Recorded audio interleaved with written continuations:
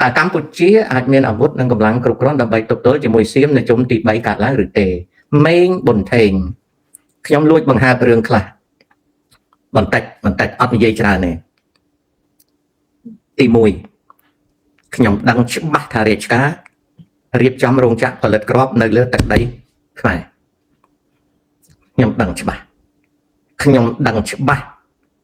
រាជការកំពុងតែពង្រីករៀបហើយកំពុងតែពង្រីកអង្គភាពប្រឆាំងដ្រូនអង្គភាពដ្រូនពិឃាតដ្រូនអត្តឃាតដ្រូនដែលប្រើទៅហើយបំផ្លាញគោលដៅហើយអត់មកវិញទេហើយក៏រាជការបង្កើតហើយដ្រូនដែលបានបាញ់គ្រាប់បានឆ្ងាយរហូតដល់130គីឡូម៉ែត្រហើយកម្លាំងដ្រូនរបស់កម្ពុជាអាចទៅហួសបាងកកទៀតណាហើយដ្រូនរបស់កម្ពុជាប្រើបច្ចេកវិទ្យា2មួយអាចនឹង hack frequency បានមានន័យថាអាចធ្វើដំណើរទៅហើយគេអាចនឹងចាប់ frequency បានហើយគេអាចធ្វើឲ្យ drone វង្វេងអាហ្នឹងក៏កម្ពុជាមានហើយកម្ពុជាមាន drone ខ្សែកាបអបទិកជា drone ដែលបាញ់តាមខ្សែកាបដែលប្រព័ន្ធរ៉ាដាដើម្បីនឹងធ្វើឲ្យ drone វង្វេងมันអាចធ្វើឲ្យវង្វេងទេអាចសម្រេចបានគោលដៅអញ្ចឹងអង្គភាព drone អត្តឃាតក៏រៀបចំហើយអង្គភាព drone ដែលបាញ់បានចម្ងាយឆ្ងាយក៏រៀបចំហើយអង្គភាពប្រឆាំង drone ដែលចែកជា3ផ្នែកប្រឆាំង drone តូចប្រឆាំង drone ស្ងាត់និងប្រឆាំង drone ធំរៀបហើយតែកម្លាំងពេលប្រយុទ្ធយ៉ាងណានឹងអត់ដឹងទេតែរៀបហើយក៏រោងចក្រផលិតគ្រាប់ធំជាពិសេសគ្រាប់122មីលីម៉ែត្រគឺតាំងនៅប្រទេសកម្ពុជាដើម្បីកុំឲ្យភស្តុភារកម្មបាត់បង់ពេលត្រូវការគ្រាប់បាញ់បន្តមកទៀតក៏បានដំឡើងនៅរ៉ាដាសម្រាប់ចាប់ drone មួយចំនួនសម្រាប់ចាប់ drone ធំនៅក្នុងទីតាំងសំខាន់រួចជាស្រេចហើយអង្គភាពប្រតិកម្ម digital ក៏រាជការមានហើយរីឯក្រុមតម្លើងនិងគុំ drone កម្ពុជាមានហើយតែគ្រាន់តែរាជការគាត់មិននិយាយបានសេចក្តីថាគាត់ក៏ខំប្រឹងដែរតែដល់ពេលច្បាំងថាតើវាចាញ់ផលយ៉ាងម៉េចអាហ្នឹងមិនដឹងដែរណាតែបើសៀមឆ្លៀនពៀនលើកទី3មិនដឹងថាសៀមហ្នឹងបើជោគជ័យឬក៏អាចកាត់កន្ទុយដុតកន្ទុយសៀមឆែកក៏មិនដឹងអត់ដឹងហើយដែលនិយាយប្រាប់នេះគឺអត់ឲ្យចូលទេព្រោះកូនខ្មែរឲ្យតែលឺសូរអញ្ចឹងចូលគឺចាញ់អត់ចូលគឺឈ្នះអញ្ចឹងអត់និយាយប៉ុណ្ណឹងណាប៉ុណ្ណឹងហើយរឿងយន្តហោះនេះខ្មែរមានតែបើសៀមលុបចូលមិនប្រើយន្តហោះទេយន្តហោះប្រើតែទូចពីព្រោះបើយន្តហោះវាអស់សហួយអស់លុយច្រើនហើយក៏វាកម្លាំងទ័ពអាកាសយើងក៏តូចអញ្ចឹងភាគច្រើនយើងវាយតាមរបស់ drone ណាយើងវាយហើយផ្លូវវាយយើងមានផ្លូវវាយដែលផ្លូវវាយអត់ប្រាប់ទេប៉ុន្តែយើងមានផ្លូវវាយគ្រាន់តែគោលដៅយើងអត់ឆ្លៀនពៀនទេយើងទប់ហើយយើងដុតកន្ទុយទ័ពចោលបើយើងបានជោគជ័យក្នុងការដុតកន្ទុយទ័ពអាក្បាលមុខទ័ពវាទៅដកថយវិញហើយចរចាយើងឈរលើចំហចរចាយើងមិនជន់ដៃវាទេតែបើវាហ៊ានផ្ទុះយើងនឹងប្រឹងប្រែងដុតកន្ទុយទ័ពឲ្យជន់ឆ្លៀនពៀនឆែកកន្ទុយឲ្យដកថយតែរបៀបធ្វើអីអាហ្នឹងគេអត់និយាយនេះដែលខ្ញុំអាចនឹងជម្រាបបានប៉ុណ្ណឹងណាមិនប៉ុណ្ណឹងហើយមិនចង់ឲ្យចូលទេកូនខ្មែរទាំងឡាយតែចូលគឺចាញ់អត់ចង់ឲ្យចូលទេកុំចូលហើយកូនខ្មែរទាំងឡាយត្រូវមានវិន័យខ្លួនឯងធ្វើអីបើមានផ្ទុះសង្គ្រាមធ្វើអីកុំឲ្យដៃទៅខ្មាំងសត្រូវ camera ទូរស័ព្ទខ្លួនឯងនេះកុំខ្លាយទៅជាមនុស្សឲ្យដៃសត្រូវកុំធ្វើជាមនុស្សដែលឲ្យការទៅសត្រូវតែបារម្ភជាងគេហ្នឹងគឺកូនខ្មែរអត់ចេះជួយការពារប្រទេសទេកូនខ្មែរចេះតែជេរ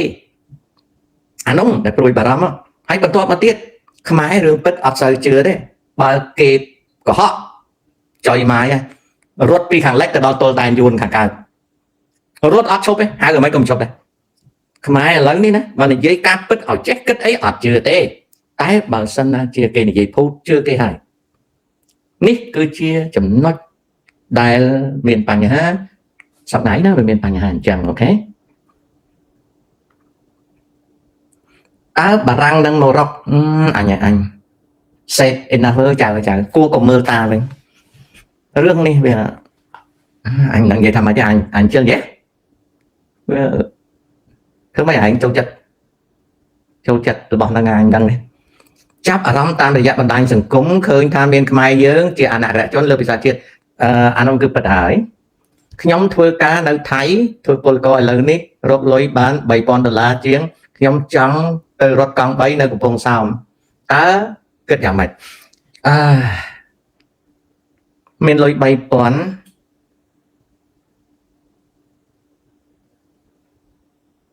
រត់កង់3ឆ្លើយអត់រួចព្រោះអត់ដឹងសភាពការកង់3ឆ្លើយអត់រួច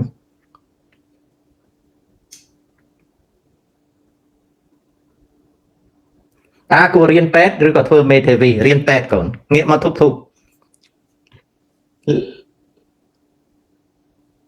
ងាកមកធុបវិញ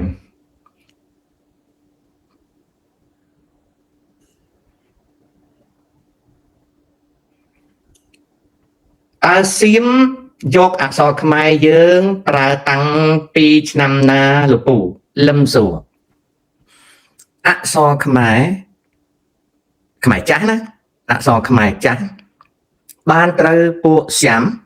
ប្រើប្រាស់តាំងពីមុនឯករាជ្យពលគឺតាំងពីមុនសៀមកើតនគរសុខតីម្លេះរីឯសីលាចារឹកដែលស្ដេចទី4ថារកឃើញនោះគឺជាសីលាចារឹកប្រឌិតទេតែគេហៅថាសីលាចារឹករាមកំហែងសីលាចារឹករាមកំហែងនេះតែគេតម្កល់នៅសារមន្ទីរជាសីលាចារឹកប្រឌិតឡើងដោយព្រះចៅទី4ហើយដូច្នេះហើយបានជារាល់ពេលនិយាយពីប្រវត្តិសាស្ត្រអ្នកប្រាជ្ញថៃមិនសូវលើកសីលាចារឹកទី1ហ្នឹងមកនិយាយទេ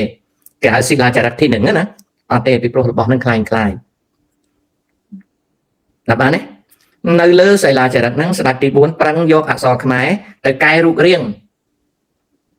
ដើម្បីបង្កើតថាព្រះរាមកំហែងបានបង្កើតភាសាសៀមឲ្យពួកសៀមប្រើតែតាមការពិតពួកសៀមប្រើភាសាខ្មែរអាហ្នឹងអញ្ចឹងហើយចុះដល់សំយោគមកដល់បច្ចុប្បន្ននេះដូចមកដាច់បានភាសាសៀមទៅជាភាសាបច្ចុប្បន្នពីព្រោះវាលាយលាវលាយតៃលាយមុននិងលាយពូមាវាលាយគ្នាទៅវាកើតទៅជាលក្ខជ្រុងអញ្ចឹងតែពីដើមសៀមសរសេរដូចខ្មែរសរសេរអញ្ចឹងអានឹងឆ្លើយរឿងអក្សរណាអ្នកសួរថាតើយល់យ៉ាងណាចំពោះយុវជនសរសេរអក្សរអង់គ្លេសសំនៀងខ្មែរខ្ញុំជាមួយភរិយាខ្ញុំបានសរសេរអក្សរអង់គ្លេសសំនៀងខ្មែរនេះជិត20ឆ្នាំហើយយើងអានសារទៅមកយ៉ាងរលូនវាអត់បាត់បង់ចំណេះដឹងយើងទេវាជារបៀបសរសេរនៅពេលដែលខ្វះហ្វន់ឬក៏សរសេរខ្មែរយឺតដូច្នេះចម្លើយថានៅពេលយុវជនយកអក្សរតួអក្សរអង់គ្លេសទៅសរសេរសំនៀងខ្មែរគេហៅ phonic writing អត់មានអីខូចខាតទេអត់មានកូនខ្មែរដែលអត់សរសេរខ្មែរត្រូវគឺចំណេះដឹងទេមិនមែនដោយសារប្រើអក្សរអង់គ្លេសសរសេរសំនៀងទេគឺកូនខ្មែរវាអត់ចេះតែម្ដងនឹងចម្លើយខ្ញុំសរសេរអក្សរនោះ20ឆ្នាំហើយវាអត់មានអីខូចខាតទេណាអូខេតើលោកតាជឿថាមនុស្សយើងមានវិញ្ញាណទី6ទេវិញ្ញាណមានទី6ហ្នឹងហើយមិនមែនជឿថាទេមនុស្សយើងទាំងអស់មានវិញ្ញាណទី6 គ្រាន់តែកម្លាំងនៃវិញ្ញាណរបស់យើងហ្នឹងវាដិតដាមវាពូកែឬក៏វានៅទេតែប៉ុណ្្នឹងទេវិញ្ញាណទី6មាននៅក្នុងជីវិតយើងណាកូនណាបើយើងប្រាប់គេអត់ជឿយើងតើយើងគួរឆ្លើយប្រាប់គេថាម៉េចបើគេអត់ជឿគឺអត់ជឿហើយតើនិយាយជាមួយប្រិយមិត្តរាល់ថ្ងៃនៅពេលដែលប្រិយមិត្តអត់ជឿគឺអត់មានវាយដំច្រំធាក់ទេត្រឹមតែអត់ជឿប៉ុណ្្នឹងឯងណាលោកតាខ្មែរអ្នកប្រជាធិបតេយ្យនៅស្រុកអាមេរិកត្រូវបានអាមេរិកដេញមកខ្មែរវិញមែនឬទេដូចជាអត់ដឹងអត់មានដឹងថាដេញអ្នកណាផងតើប្រទេសមួយសងលុយគេវិញធ្វើយ៉ាងម៉េចនៅពេលប្រទេសមួយជំពាក់លុយគេសងគេវិញទៅតាមរូបបាយប័ណ្ណខ្ចីបើខ្ចីជាយន់ហើយសងជាយន់ឬក៏ខ្ចីជាយន់សងជាដុល្លារឬក៏ខ្ចីជាយន់សងជាផលិតផលឬក៏ខ្ចីជាដុល្លារសងជាដុល្លារហើយកម្ចីធំគេសងការប្រាក់មុនគេសងដើមជួនកាលគេចាប់ផ្ដើមសងការប្រាក់បណ្ដាទៅ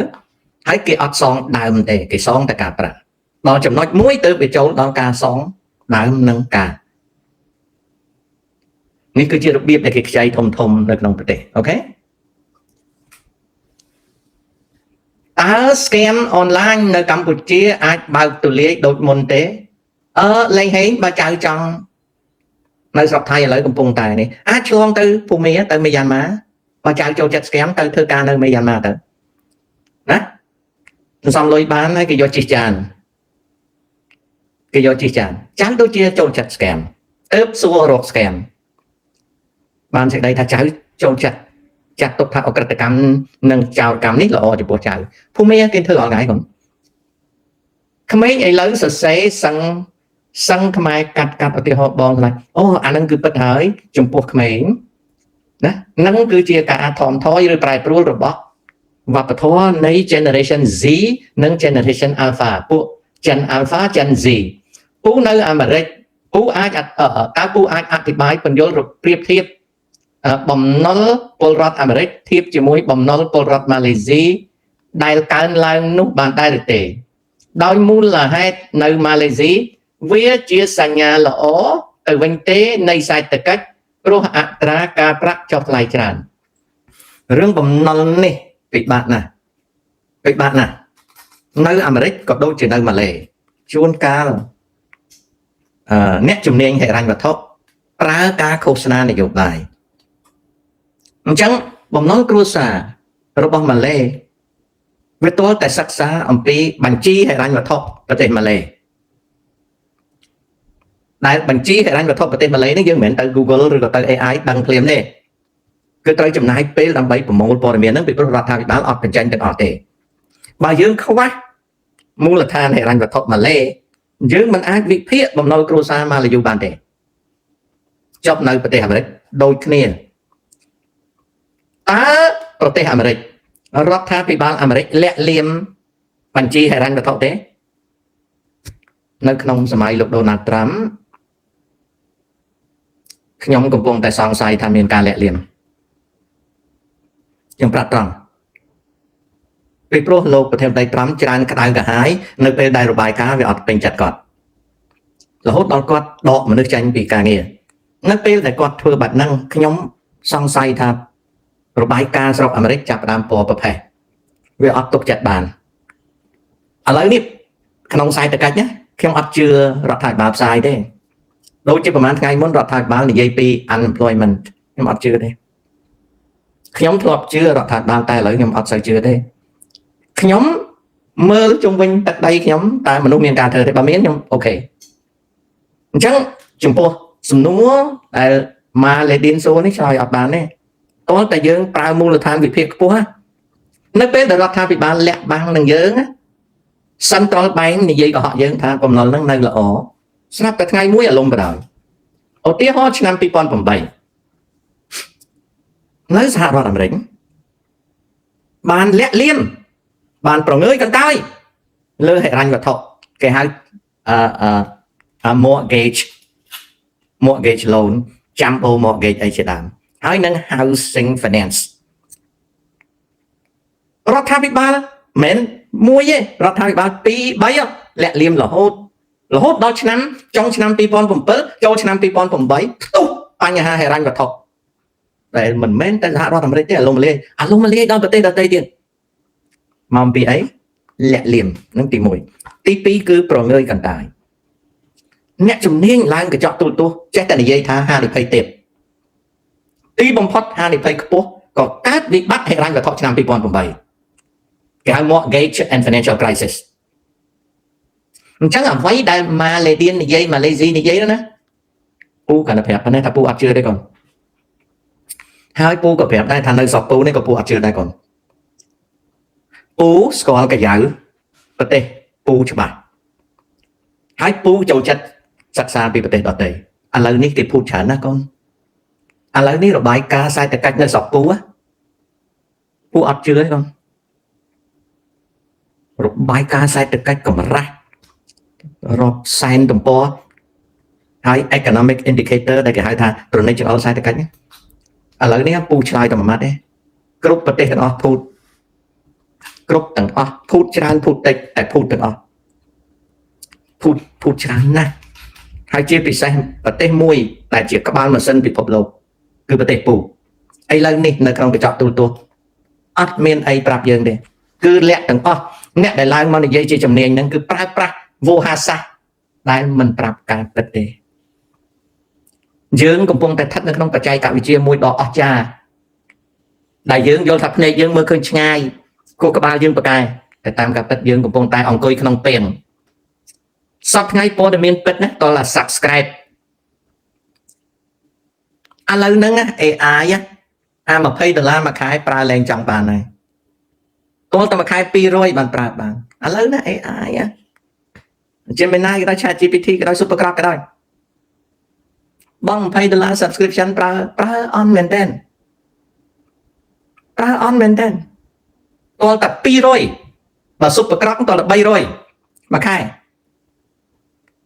AI subscription អត់ឡើងថ្លៃទេប៉ុន្តែអាប្រាជ្ញាវាចុះថ្លៃអត់និយាយអា AI ទៅទេ free ទេណាយកអាបងលុយអា subscription ហ្នឹងណាប្រើអត់បានទៀតណាហើយ newspaper បើចង់បានព័ត៌មានពិតប្រាកដមួយឆ្នាំតើចិត្ត500បើគ្មាន500មួយឆ្នាំទេអត់មានព័ត៌មានអានទេបាត់អស់ link ពិបាកដល់ប៉ុណ្្នឹងណាអូខេអញ្ចឹងខ្ញុំដល់ម៉ោង11ថ្ងៃត្រង់ហើយព្រោះចាញ់ទៅធ្វើការក្រៅបន្តិចជំរាបលាចាញ់ទៅធ្វើការក្រៅផ្ទះបន្តិចជំរាបលាទាំងអស់គ្នាទាំងសងខាងជំរាបលា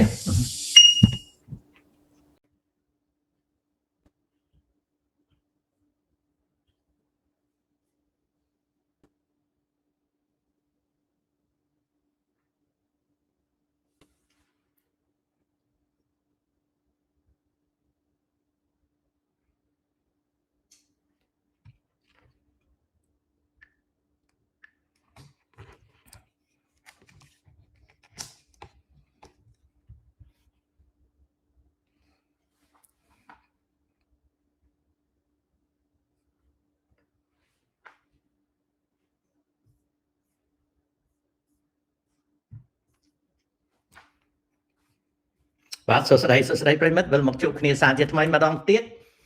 នៅក្នុងនេតិនេះទទួលសំណួរនិងជូនចម្លើយណាដែលមានប្រយោជន៍ជាមួយប្រិមិត្តហើយក៏សូមអរគុណដែរដែលមានទំនាក់ទំនងសង្គមជាមួយគ្នាទោះបីយើងមានទីតាំងនៅឆ្ងាយពីគ្នាយ៉ាងណាក៏ដោយក៏យើងអាចមើលឃើញគ្នាទៅវិញទៅមកហើយអាចនឹងឆ្លើយឆ្លងគ្នាបាន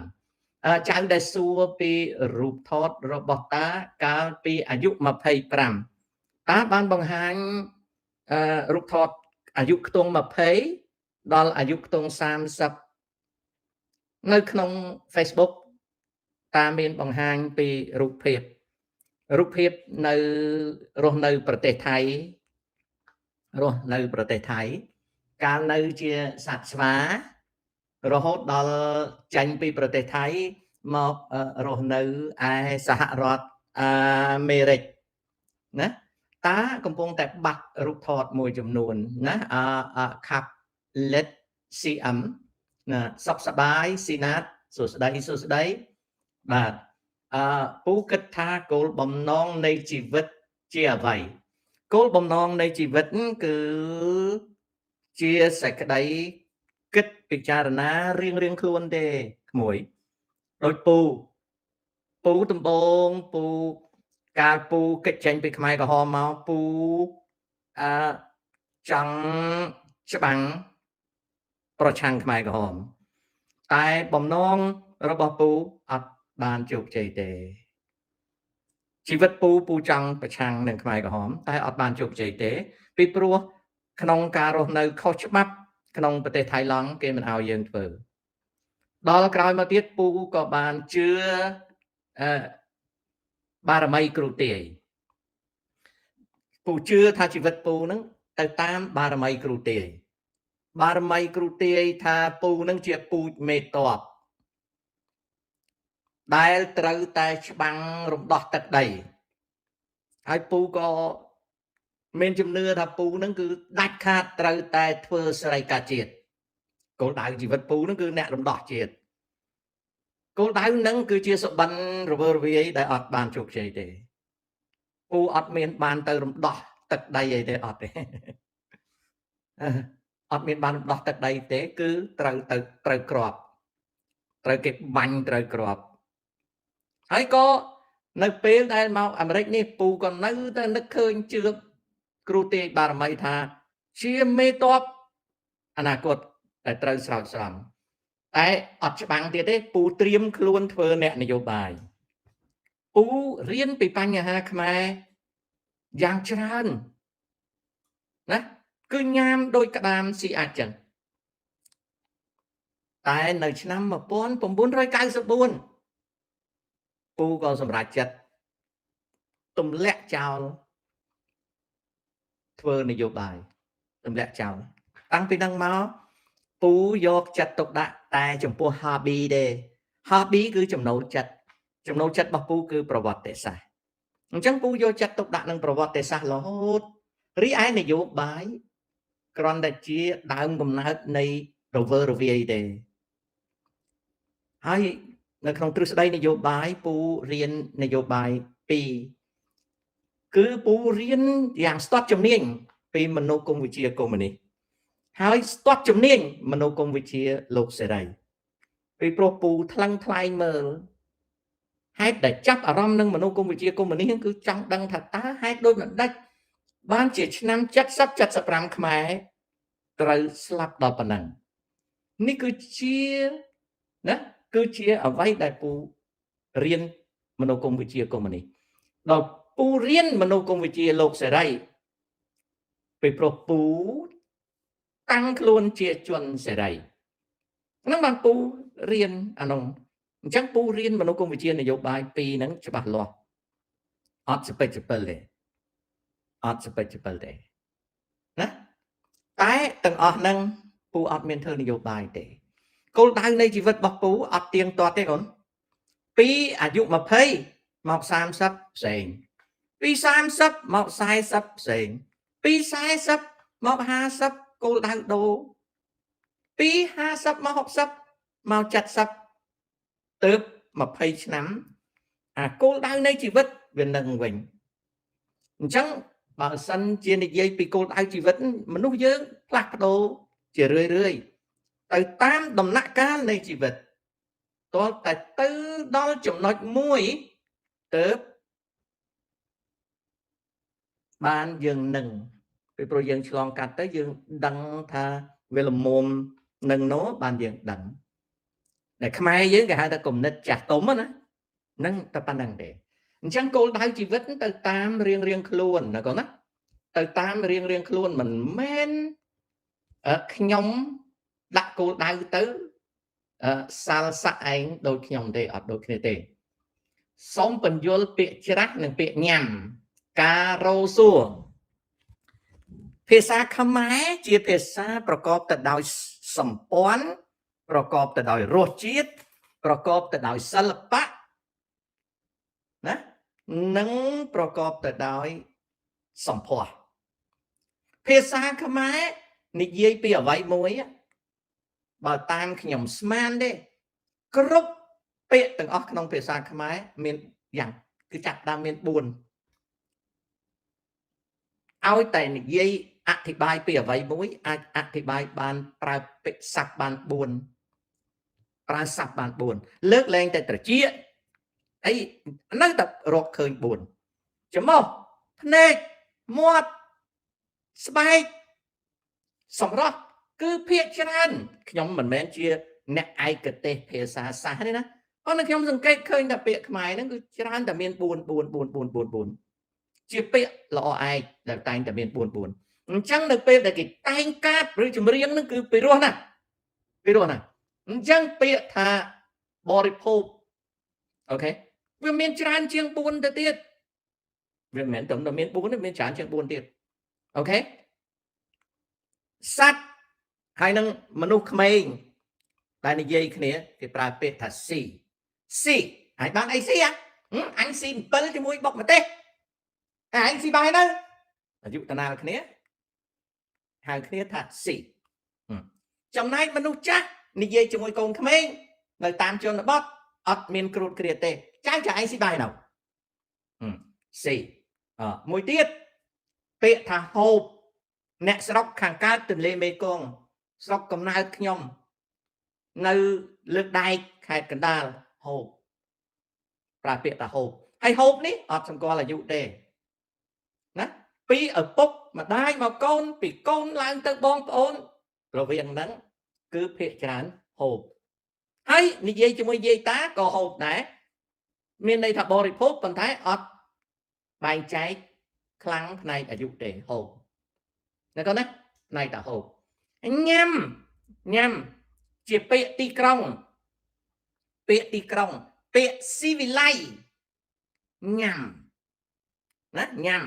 តែនិយាយពីមេដាបៃតាមកកូននិយាយពីមនុស្សអាយុដូចគ្នាស្រីប្រុស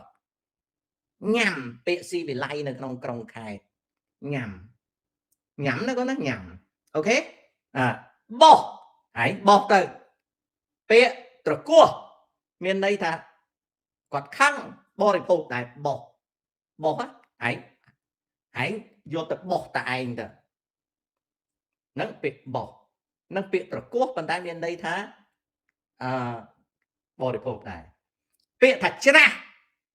កណ្ដាលដើមទ្រូងឬក៏កណ្ដាលដើមទ្រូងតែឯងទៅមានន័យថាបរិភោគដែរពាក្យថាបរិភោគក៏ប្រើសម្រាប់ច្រើននិយាយជាវត្ថុទី3លោកអ្នកកំពុងបរិភោគបាយម្ដាយខ្ញុំកំពុងបរិភោគបាយប្អូនខ្ញុំកំពុងបរិភោគប្រើបានបន្ទាប់មកទៀតឆាន់គឺជាពាក្យបរិភោគដែរសម្រាប់បុព្វជិតអ្នកបួសឆាន់បន្ទាប់មកទៀតសោយពាក្យបរិភោគដែរចំពោះ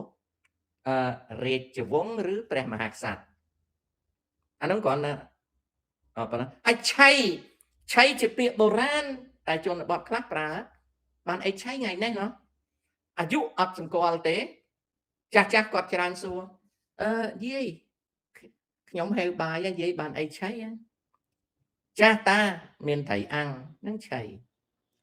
ពាក្យតាឆៃអញ្ចឹងគ្រាន់តែបរិភោគនេះយើងមានសម្ផស្សពាក្យច្រើនណាបានជាខ្ញុំបានសង្កេតមើលមិនមែនជាអ្នកឯកទេសភាសាទេខ្ញុំសង្កេតមើលថាដោយខ្ញុំពីដើមជាអ្នកតែងកំណាព្យជាអ្នកតែងរឿងប្រឡំលោកអីណាខ្ញុំតែងរឿងប្រឡំលោកខ្ញុំតែងអីខ្ញុំដើម្បីតែងកំណាព្យបាន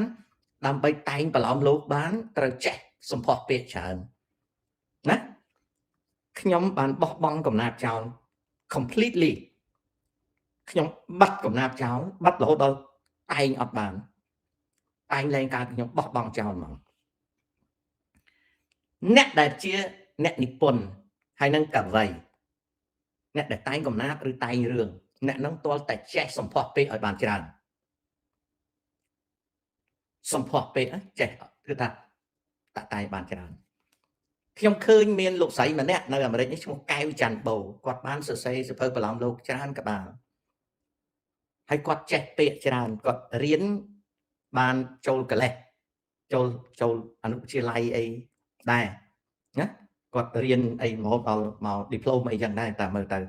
បើគាត់មិនជាប់បាក់អងទេលោកស្រីកែវច័ន្ទបូគាត់តែងបន្លំលោកអីល្អប្រើពាក្យសិតតែផ្អែមល្ហែមប៉ុន្តែការដែលគាត់ប្រើពាក្យដ៏អស្ចារ្យ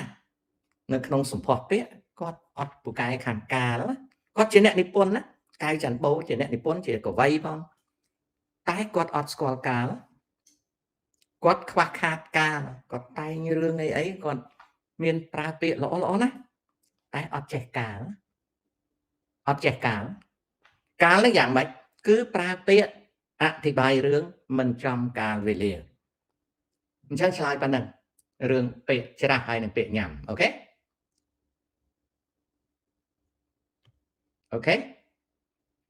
ហ្នឹងអញ្ចឹង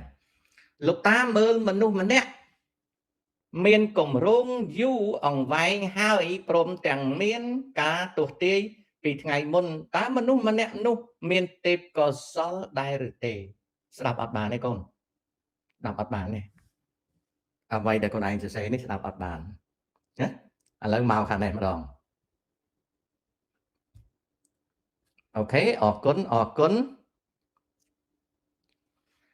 លោកតានិយាយរឿងរាប់អានមិត្តតើអាចនឹងជួបមិត្តល្អម្នាក់នឹងស្មោះត្រង់នឹងយើងយ៉ាងហោចម្នាក់ទេអានឹងស្ថិតនៅក្នុងការសែបគប់មិត្តភក្តិតាមានវាសនាអត់ល្អទេរឿងសែបគប់មិត្តភក្តិវាសនាតាអត់ល្អទេពីដើមឡើយតាមាននៅក្នុងចំណោមកាលនៅរៀនតាំងពីបឋមសិក្សារហូតដល់អនុវិទ្យាល័យដល់វិទ្យាល័យតាមានបាបកម្មមួយតាមក្នុងជីវិតតាជានិច្ចក្នុងមិត្តភក្តិ10នាក់ស្រី8ទៅ9នាក់តាកាក់កបណាស់នឹងមិត្តស្រីពីដើមឡើយគេហៅថាមិត្តនីចូលវិទ្យាល័យគេហៅមិត្តនីហ្នឹងគឺស្រី female friends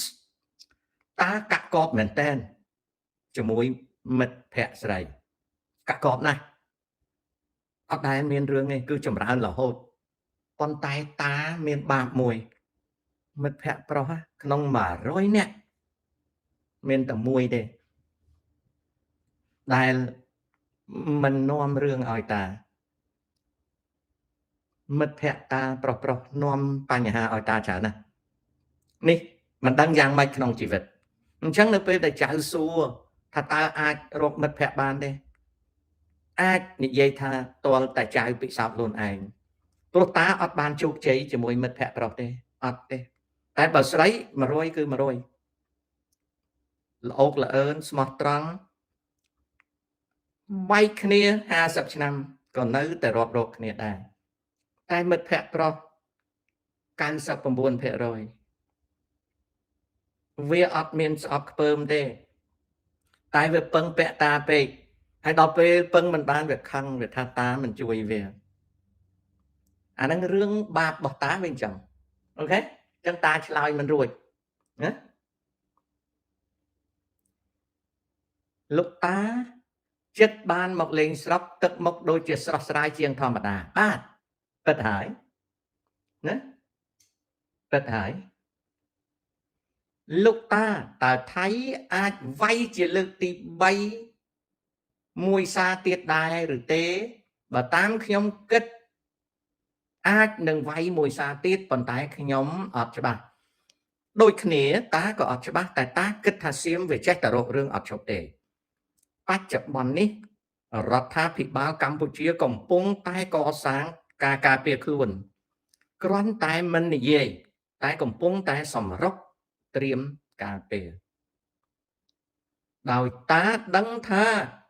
ប្រទេសកម្ពុជាយើងអាចរងការវាយប្រហារ